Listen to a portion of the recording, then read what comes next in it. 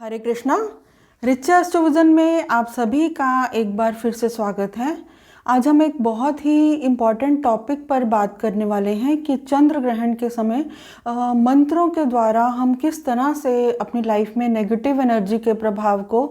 कम कर सकते हैं, या फिर शनि साढ़े साती के नेगेटिव इफ़ेक्ट को, या अगर हमारे बर्थ चार्ट में जो चंद्रमा है वो ख़राब स्थिति में है तो उसके जो है नेगेटिव प्रभाव को किस तरह से हम कम कर सकते हैं। तो आइए शुरुआत करते हैं।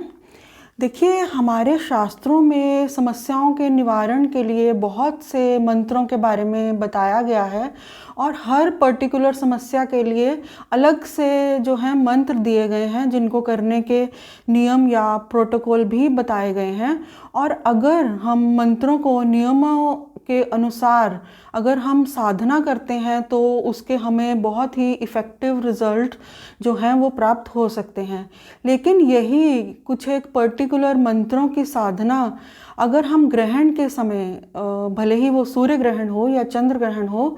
तो हम अगर ग्रहण के समय मंत्रों की साधना करते हैं तो उसका जो फल है वो हमें कई गुना जो है अधिक जो है प्राप्त होता है, ऐसा शास्त्रों में बताया गया है। देखिए, जो ग्रहण का समय है वो एक बहुत ही स्पेशल समय माना गया है हमारे शास्त्रों के अनुसार, और इस समय किया जाने वाला कोई भी अच्छा या बुरा कर्म हमारे दृढ़ कर्मों की कैटेगरी में आता है, यानी कि फिक्स्ड कर्मास की कैटेगरी में वो आता है। और इसका जो अच्छा या बुरा फल हमें आने वाले कई जन्मों तक जो है वो भुगतना पड़ सकता है। तो इस तरह से ग्रहण के समय हम मंत्रों की, कुछ एक पर्टिकुलर मंत्रों की साधना से अपने पास्ट लाइफ के नेगेटिव कर्मों के प्रभाव को भी कम कर सकते हैं। और इसके साथ ही मैं ये भी कहना चाहूँगी कि ग्रहण के दिन या उसके आसपास के दिनों में हमें अपनी जो लाइफ के कुछ एक जो इम्पॉर्टेंट फैसले हैं उनको कुछ देर के लिए जो है पेंडिंग ज़रूर रखना चाहिए। क्योंकि देखिए, ग्रहण के समय, स्पेशली चंद्र ग्रहण के समय जो है मन के ऊपर नेगेटिव एनर्जी का जो प्रभाव है वो बहुत ज़्यादा रहता है, और इस बात के चांसेस बहुत ज़्यादा हो सकते हैं कि हम जो हैं गलत फैसले ले सकते हैं। तो इस बात को हम इस तरह से भी समझ सकते हैं कि मान लीजिए कोई व्यक्ति जो है वो डिवोर्स केस फाइल करता है इन्हीं दिनों में, तो इस बात के चांसेस बहुत कम रह जाते हैं कि उनका कभी जो है कॉम्प्रोमाइज़ हो पाए। या फिर अगर किसी व्यक्ति का रिलेशनशिप में ब्रेकअप होता है तो भी इस बात के चांसेस जो हैं वो बहुत कम रहते हैं कि वो लोग दोबारा से एक नॉर्मल रिलेशनशिप में फिर से आ पाएँ। तो इस तरह से जो ग्रहण का समय है, पर्टिकुलर जो चंद्र ग्रहण का समय है, वो मन के ऊपर बहुत ही जो है नेगेटिव प्रभाव जो है वो डाल सकता है। तो आइए जानते हैं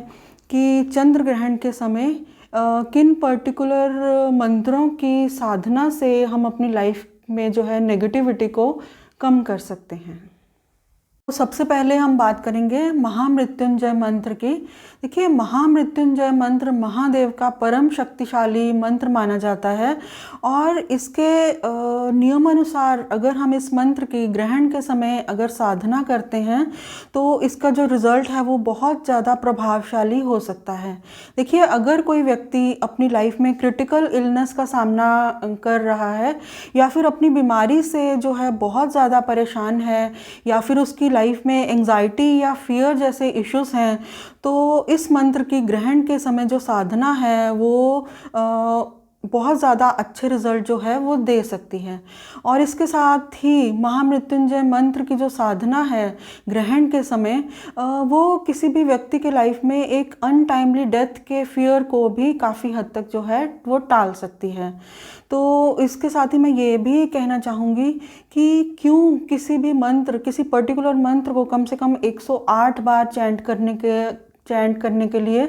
कहा जाता है। देखिए, वैदिक ज्योतिष में हमारे टोटल 27 नक्षत्र माने गए हैं, और हर नक्षत्र के जो हैं 4 चरण होते हैं, और अगर हम 27 को 4 से अगर हम मल्टीप्लाई करते हैं तो उसका जो टोटल है वो 108 आएगा। तो इस तरह से जब भी हम किसी मंत्र को 108 बार चैंट करते हैं तो जो प्रत्येक मंत्र है वो हर नक्षत्र चरण को जो है समर्पित होता है और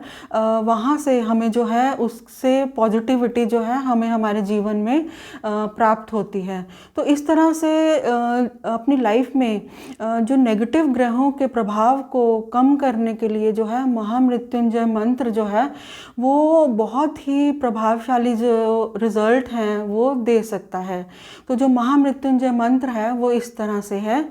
ओम त्र्यंबकं यजामहे सुगंधिं पुष्टिवर्धनम् उर्वारुकमिव बन्धनान् मृत्युर्मुक्षीयमामृतात्। देखिए हमारा जो अगला मंत्र है वो है ओम रुद्राय नमः।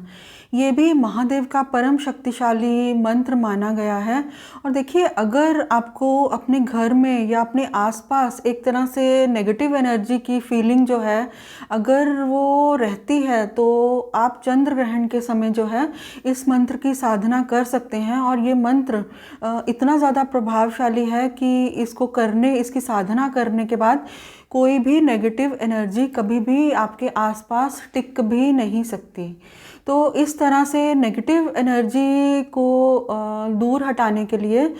ये मंत्र जो है बहुत जो है अच्छे रिज़ल्ट दे सकता है। तो इसके बाद हम बात करेंगे कि अगर हमारे बर्थ चार्ट में जो चंद्रमा है वो पीड़ित अवस्था में है, अफ्लिक्टेड है, तो भी ये मंत्र जो है इस मंत्र की साधना ग्रहण के समय, स्पेशली चंद्र ग्रहण के समय जो है बहुत अच्छे रिजल्ट दे सकती है। मान लीजिए हमारे जो बर्थ चार्ट में जो है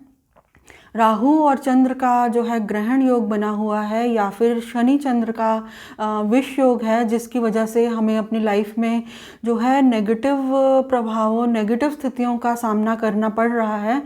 तो चंद्र ग्रहण के समय इस मंत्र की साधना से उन नेगेटिव प्रभावों को जो है काफ़ी हद तक कम किया जा सकता है। तो इसके बाद हम बात करेंगे कि अगर किसी व्यक्ति को शनि साढ़े साती की वजह से के नेगेटिव प्रभावों का सामना करना पड़ रहा है अपने जीवन में, उसे बहुत ज़्यादा फाइनेंशियल लॉसेस हो रहे हैं और अपनी लाइफ में बहुत ज़्यादा प्रॉब्लम्स या दिक्कतों का सामना करना पड़ रहा है, तो भी ओम रुद्राय नमः इस मंत्र का जो है इस मंत्र की साधना चंद्र ग्रहण के समय करने से शनि साढ़े साती के जो नेगेटिव प्रभाव हैं उसमें काफ़ी हद तक जो है वो कमी आ सकती है। तो इस तरह से ये महादेव का जो मंत्र है ये बहुत ज़्यादा शक्तिशाली मंत्र है। किसी भी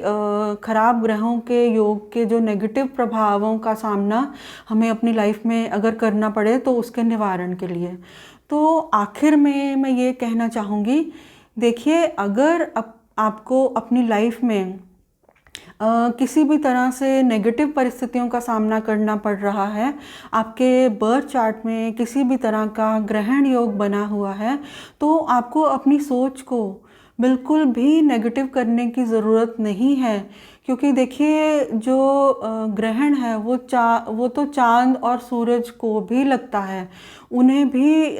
कठिन परिस्थितियों का जो है सामना करना पड़ता है, दिक्कतों का सामना करना पड़ता है, लेकिन वो विपरीत परिस्थितियों का सामना करने के बाद भी फिर से जो है चमकने लगते हैं। तो ये था मेरा छोटा सा विश्लेषण। अगर आपको मेरा ये वीडियो अच्छा लगा हो तो प्लीज़ मेरे चैनल को सब्सक्राइब करें, मेरे वीडियो को लाइक करें। हरे कृष्णा।